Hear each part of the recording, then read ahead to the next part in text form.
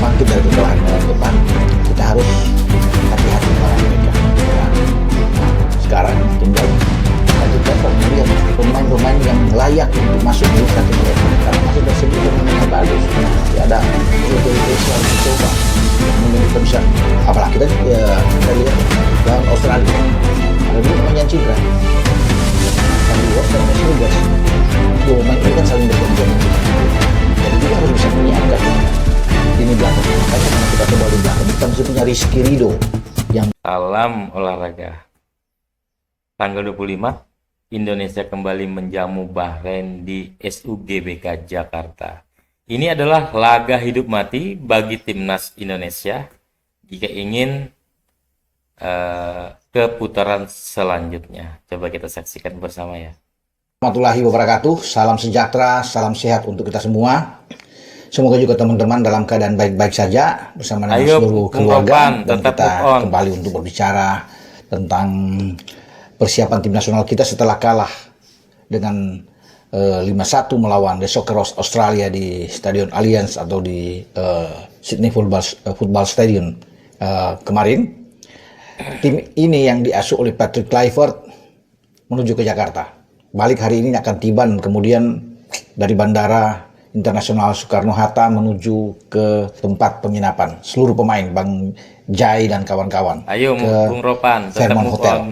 Nah, di sana jangan pemain kecewa. akan istirahat. Kemudian bisa saja pada hari ini langsung mungkin ada latihan-latihan kecil atau jogging, atau mungkin seharian ini akan istirahat penuh, ya. Setelah menempuh perjalanan sekitar 6 jam ya dari Sydney menuju ke Jakarta, dan besok Patrick Kluivert akan memulai latihan lagi.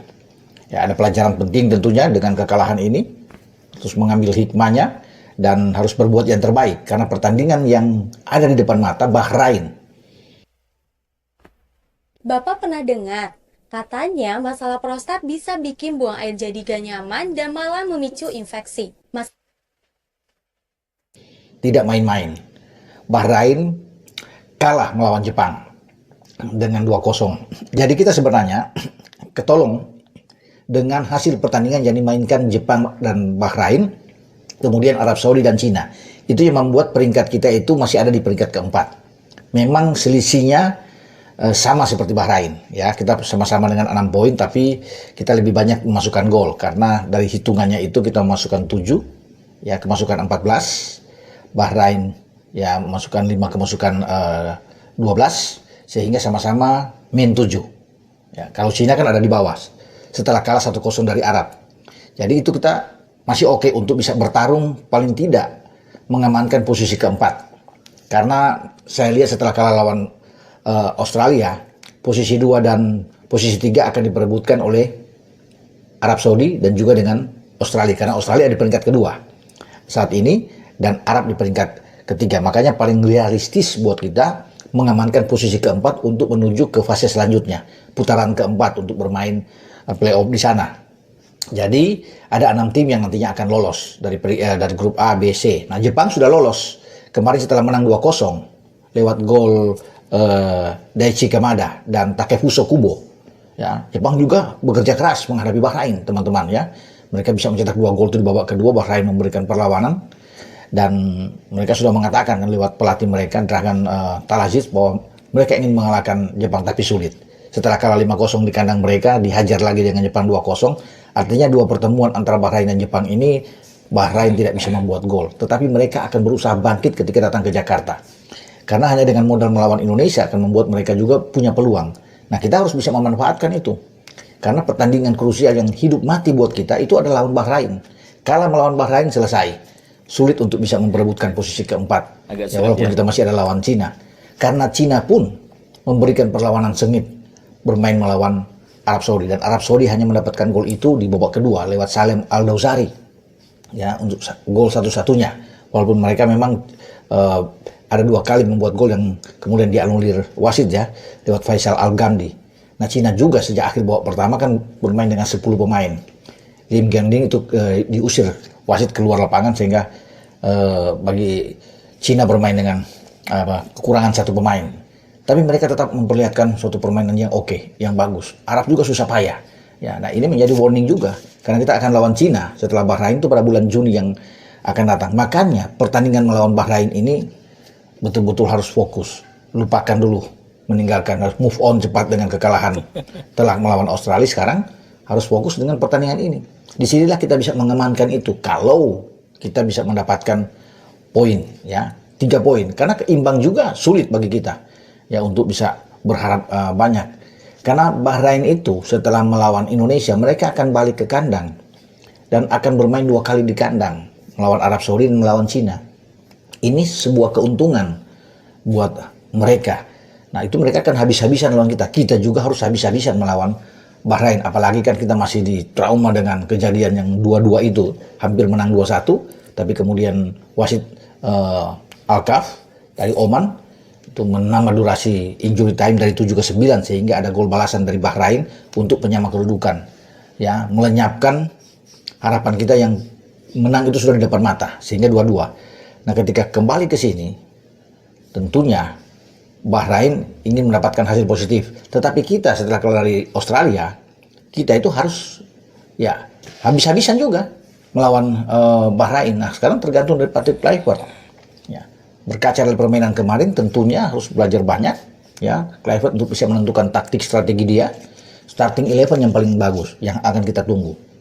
Karena kemarin itu agak kurang begitu greget ya, kalau bisa dilihat dengan apa yang ditampilkan oleh Patrick Kluivert. Pertahanan juga terlalu tinggi di sini dan membuat lini belakang itu agak longgar, ya, sehingga pemain-pemain tidak bermain sesuai dengan ekspektasi banyak orang.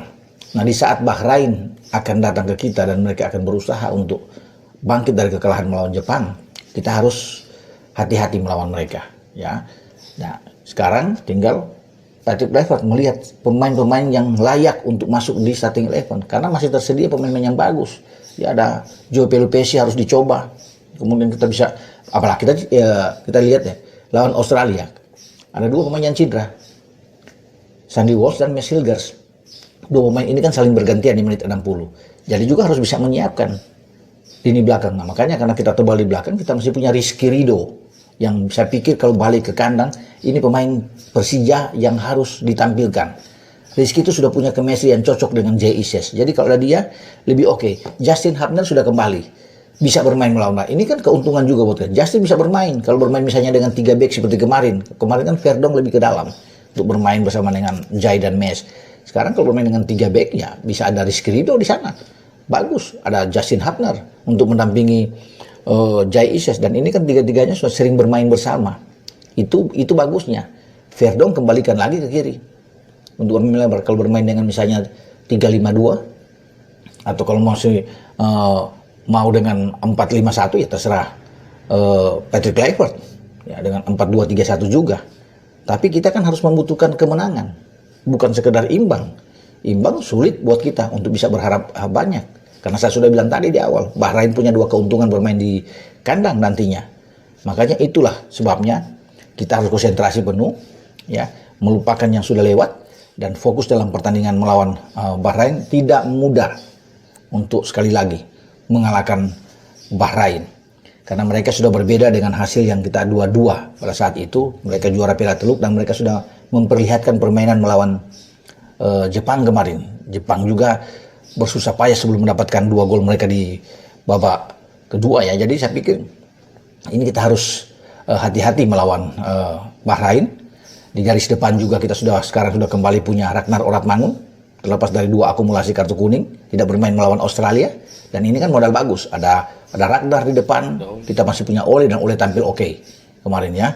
Punya rating tertinggi kalau di skuad Garuda kita. Ole bermain sangat bagus, punya gol debut dia bersama dengan Indonesia, dan dia tertantang terus untuk bisa memberikan yang terbaik. Jadi kalau ada Ragnar dan Ole di depan, Rafael Stoic dicadangkan dulu sementara. Tinggal memilih apakah masih ingin memainkan Marcelino atau dengan Eliano Renders. Itu menjadi keputusan bagi Patrick Kluivert. Tapi Pelupessy harus bermain, Ivar harus bermain dari awal. Itu yang paling penting, ya, di posisi gelandang.